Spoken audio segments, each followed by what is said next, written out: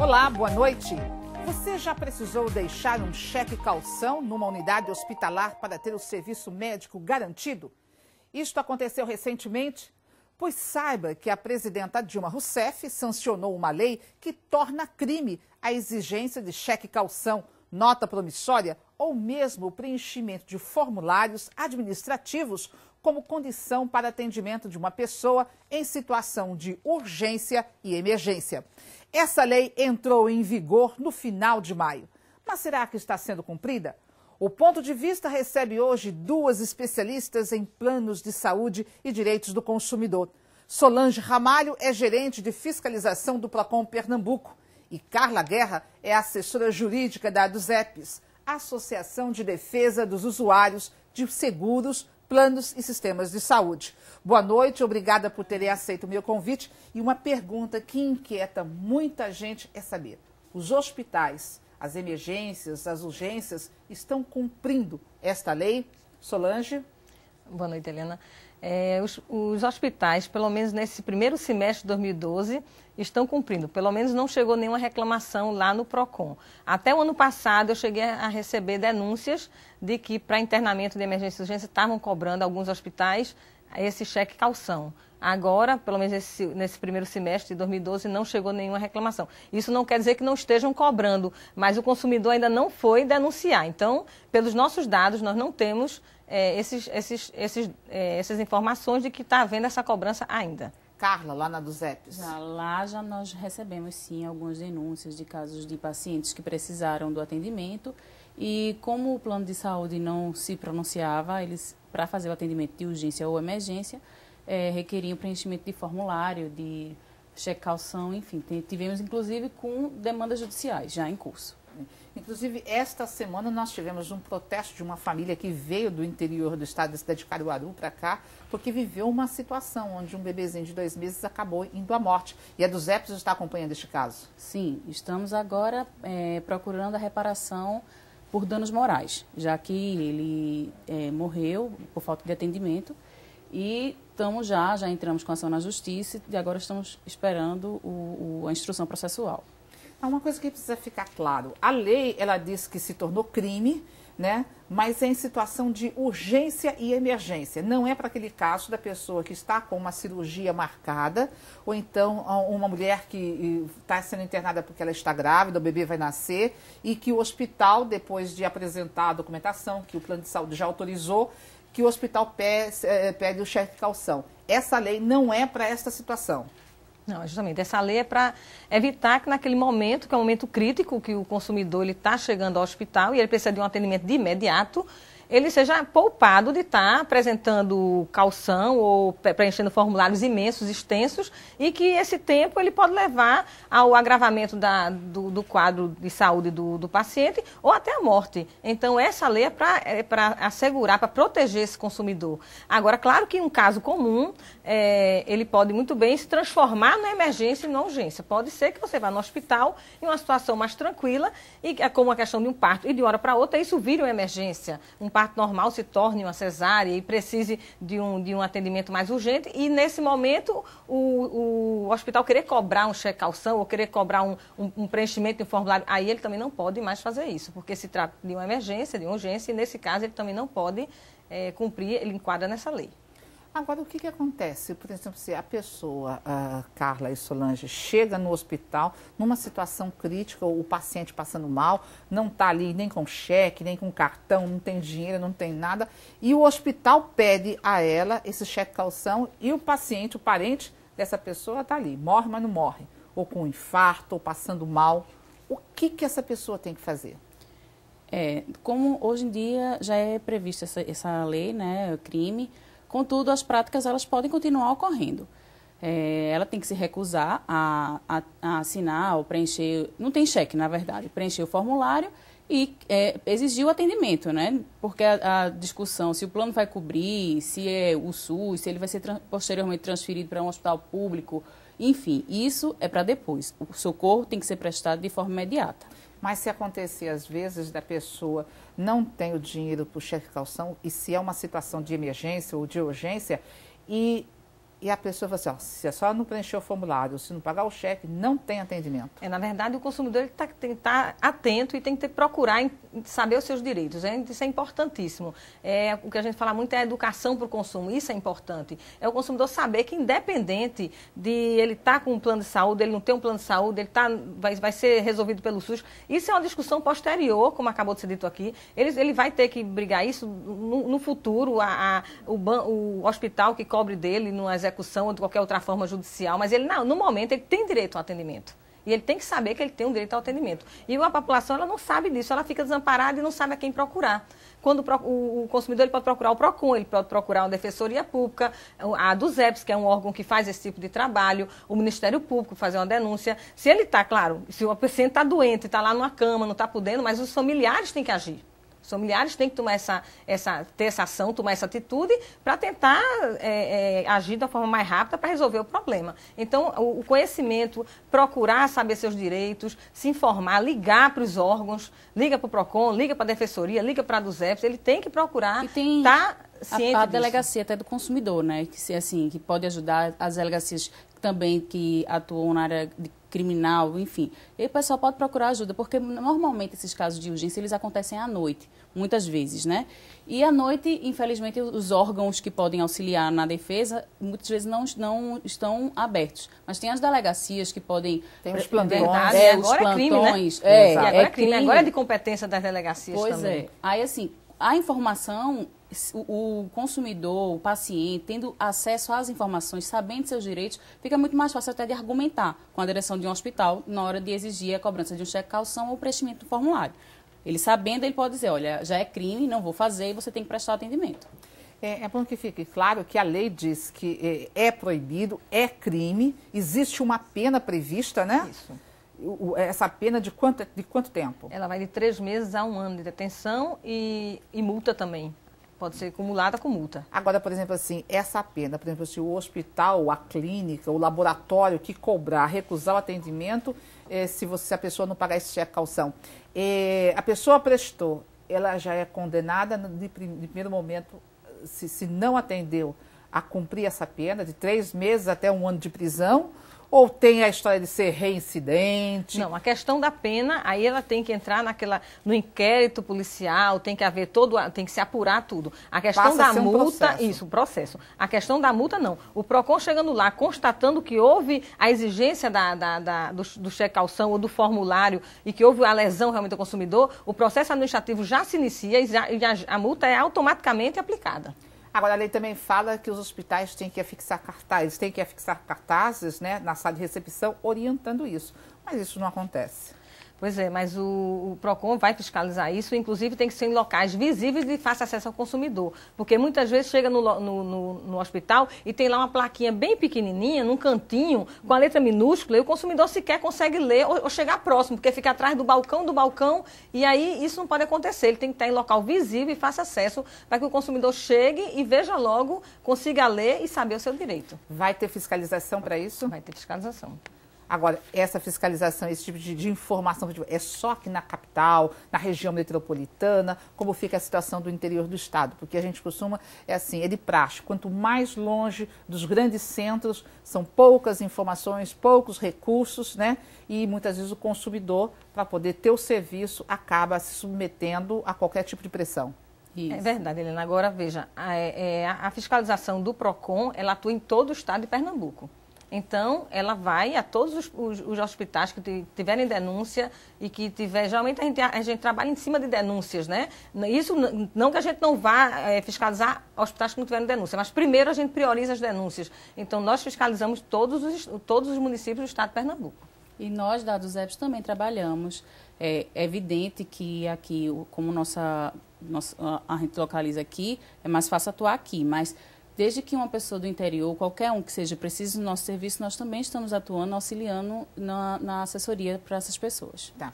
Vamos só esclarecer aqui que essa lei de o cheque calção nas emergências e nas urgências, ela se tornou uma lei e passou a ser crime depois que o projeto foi encaminhado ao Congresso pelo Executivo, depois da morte do secretário de Recursos Humanos do Ministério do Planejamento, que é do Vanier Paiva Ferreira, que sofreu um infarto em janeiro deste ano. Ele morreu depois que ele procurou atendimento em 2 hospitais privados de Brasília. A família de Ferreira afirmou que o socorro foi negado porque lhe foi exigido um cheque calção, mas o ex-secretário estava sem talão de cheques e os hospitais procurados não aceitavam o plano de saúde do servidor, né? Quer dizer, era uma situação que já devia acontecer há muito tempo e quando esbarrou em alguém do Ministério se transformou numa lei, né? Pois é, Eliana, inclusive essa questão, a proibição da exigência de cheque calção já é uma resolução da ANS, é regulamentado pela ANS desde 2003. Não era crime, mas era proibido pela ANS que as operadoras de plano de saúde cobrassem o cheque calção e nunca foi respeitada. Agora, infelizmente, devido a isso, ou felizmente, o consumidor ganharam todos, né? A gente sabe que, infelizmente, por conta de uma pessoa que tinha um poder, uma influência, mas assim, ganharam todos, então foi um benefício, agora virou crime, né? E com pena de retenção e tudo, mas não deixou de ser um benefício para todos, né? E a resolução já existia e não era respeitada. Só vai começar a ser respeitada agora, né? É isso, o telespectador, o usuário, ele tem que denunciar, porque se também não denunciar, né, a lei vai ser mais uma lei que de repente não vai ser cumprida. É verdade, e o que a gente vê muito é isso, é o consumidor abrir mão do direito, até às vezes por desconhecimento e às vezes por comodismo. Ah, aconteceu, mas eu resolvi, está resolvido e eu deixo para lá. Isso você deixa de ter o seu banco de dados com essas informações para que você faça uma ação mais efetiva, entendeu? Exato. Carla, quais são as denúncias em relação ao plano de saúde que a DUZEP costuma receber? Só, mas eu vou pedir um pouquinho. Antes de você responder essa pergunta, a gente vai a um breve intervalo comercial. Depois, vocês vão ficar sabendo, elas vão responder esta pergunta e vão tirar outras dúvidas que certamente vocês têm sobre o plano de saúde. A gente volta rapidinho, não saia daí.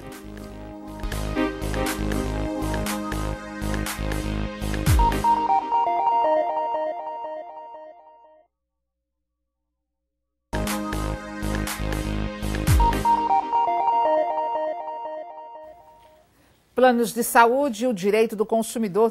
Este é o tema do Ponto de Vista de hoje. Aqui no estúdio eu recebo Solange Ramalho, gerente de fiscalização do Procon Pernambuco, e Carla Guerra, que é assessora jurídica da DUZEPS, a Associação de Defesa dos Usuários de Seguros, Planos e Sistema de Saúde. E Carla, eu tinha lhe perguntado, né, quais são as principais denúncias que a DUZEP vem recebendo em relação a planos de saúde. Com o passar do tempo, a gente acreditava que com a edição de resoluções pela ANS, leis, fosse melhorando, mas não.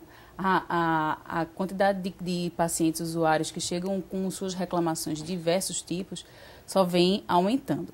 Por negativa de material para cirurgia, negativa de medicamento para quimioterapia, negativa de prótese, até simples consulta, dificuldade na marcação, descredenciamento de hospitais, o parto, muitos negativas, você escolhe um plano de saúde quando um determinado hospital e quando vai ter seu bebê, esse hospital não está mais, enfim, fora os reajustes, né? Porque os planos de saúde têm, além de poder aplicar anualmente com o reajuste, ainda podem aplicar com faixa etária. Então, digo eu que eles tem duas fontes de reajuste. E tem uma lucratividade grande e a gente não consegue compreender por que o serviço não melhora.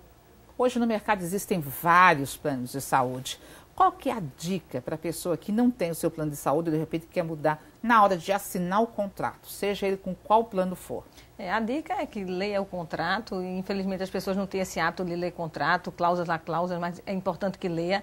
De qualquer forma, independente do contrato, existe o rol de procedimentos que é coberto pela ANS, que é determinado pela ANS, independente do plano, mais barato ou mais caro, tem aquele rol que é o rol básico que tem que ser feito, e tem plano que tenta até burlar isso e dizer, você não tem direito a esse tratamento ou aquilo, quando tem um tratamento mínimo determinado pela ANS. Então, a dica é que ele procure ler, procure saber na ANS, quem não tiver internet, peça alguém que entre no site da ANS, que você vai conseguir encontrar todo esse rol de procedimento, prazos de consulta, para cirurgia, para tudo tem lá na tabelinha, como eu falei aqui, tudo discriminado. Então, quanto mais ele procurar em si informar antes de fechar o o contrato com o plano de saúde é o mais importante para ele, até né? mesmo a ANS no site dela, ela tem um quadro de operadoras. Você pode fazer uma avaliação de reclamação, tudo e procurar escolher, né? Também o PROCON tem é um ranking que dá quais as operadoras mais reclamadas. Então o consumidor pode ir lá também procurar saber esse plano de saúde é um plano de saúde que traz muitos problemas, tem muita reclamação aqui. Então é o direito à informação que tem que ser, que é garantido pelo Código de Defesa do Consumidor e tem que ser exercido pelo consumidor. Porque quanto mais ele se informa, mais ele se assegura e mais ele se protege. Uma outra questão é a seguinte, quando se trata de reembolso, o médico deve repassar as notas, né, a nota fiscal ali do recibo, que somem o valor real da consulta, ou ele age da forma que ele quiser agir? No caso de reembolso, não existe uma legislação, nada que determine isso. Então, existem alguns casos que depende do contrato e do plano de saúde. Então, por exemplo, tem contrato que reembolsa 100% de uma consulta, tem contrato que reembolsa... Às vezes eu posso marcar uma consulta com o médico que a consulta custou R$450, depende muito do médico. Do médico. Aí ele é livre, ele não tem uma regra que ele tem que seguir. Não. Aí se eu peço a nota fiscal porque eu vou pedir o reembolso, às vezes tem médico que fala assim, eu só dou uma, é o valor de R$450 Isso. e certamente, dependendo do plano, não vai pagar o valor total. E aí não tem uma legislação que realmente vá até isso. É feito a questão do home care. Eu tenho muito problema com o home care. Aí solicita o home care. O paciente está no hospital, ele não tem mais, o quadro dele não vai melhorar e ele vai ter que ficar ali permanentemente naquela situação. Podendo e aí uma infecção. E o plano de saúde dele dá direito ao home care. Mas ele não tem uma legislação que discrimine esse home care como tem que ser feito. Então o que acontece? Primeiro eles negam normalmente. A gente quando vai com a fiscalização eles autorizam. E aí eles autorizam sem a enfermeira. E aí, como é que você faz com o home care cheio de aparelho dentro de casa que não tem uma enfermeira? Os medicamentos, né, para saber tudo, usar aquela aparelhagem. E aí, depois, quando você vai e briga novamente, tem que ser tudo com muita briga, aí eles dão a enfermeira por 8 horas. E o restante do dia, aí depois termina na justiça para que o juiz libere mais tempo. Então, são coisas que, como não tem uma legislação muito específica, são fatos, assim, digamos assim, novos, ou até alguns planos só trabalham com esse tipo de produto, então não tem realmente como você... limitado, viu? Tem plano que trabalha limitado. Olha, eu vou dar 15 dias. E o resto? Porque e se a pessoa necessitar, dá 15 dias, mas ela ainda está precisando daquele home care? Não, então, os médicos do home care, às vezes eles prescrevem, dão um relatório bem justificativo e, dependendo, às vezes, a operadora, ela prolonga. Mas quando não, tem que só acionando na justiça, porque não muda, o cenário não muda. Tem que recorrer ao PROCON, a dos EPS, aos órgãos de defesa, recorrer à justiça para poder ter um direito garantido. E tem que recorrer mesmo cada dia mais, porque a gente tem que ter esses dados, a gente tem que ter essas informações para que a gente tome uma ação em relação a isso, uma ação drástica, uma ação mais forte, porque se for ficar essa história de deixar para lá ou deixar para lá, abrir mão do direito, a gente, quando vai buscar os dados, tem quantas reclamações? Não tem reclamação. Não tem reclamação. E aí a gente fica de mãos amarradas, de braços cruzados, porque não tem como fazer, porque o consumidor não vai lá denunciar. Eu sempre digo, além de procurar o advogado, buscar a justiça, tem que procurar também os órgãos que fiscalizam e punem. Porque dados, levantamento de dados, aplica multa e pode até suspender a comercialização de planos, dentre outras várias punições administrativas. Tá certo. Então vamos aqui dar algumas dicas, um roteirinho rapidamente de dicas que o consumidor tem que fazer, quem está passando por uma situação como esta, os telefones ou se tiver sites que as pessoas podem buscar informação, que a informação é a grande arma. Eliane, olha, logo de início, não é um órgão de defesa do consumidor, nós temos um sistema de defesa do consumidor.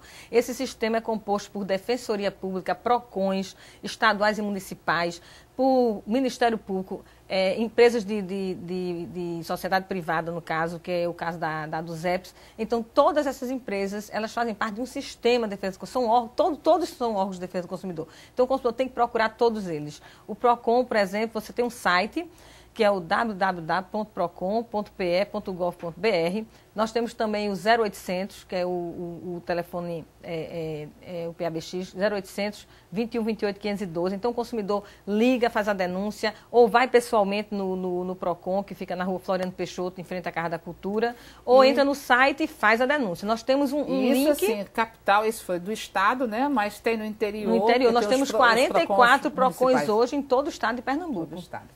Nos municípios. E a dos EPs, temos o telefone 3423-5567 e o endereço da gente é Rua Henrique Dias, 145 Boa Vista, bem central, fácil localização. E assim, nós estamos para ajudar. Não só quem tem plano de saúde, mas também quem é usuário do SUS. A gente tem que correr atrás para não ficar no prejuízo e muito menos sem ter uma lei aí sendo cumprida. E o ponto de vista chega ao fim. Se você tem algum assunto que gostaria de ver discutido aqui, entre em contato conosco pelo Facebook. É só acessar www.facebook.com/programa Ponto de Vista. E pelo Twitter você pode mandar seu recado para @PontoDeVista04. Uma ótima noite de sábado, um excelente domingo e a gente se encontra no final de semana que vem.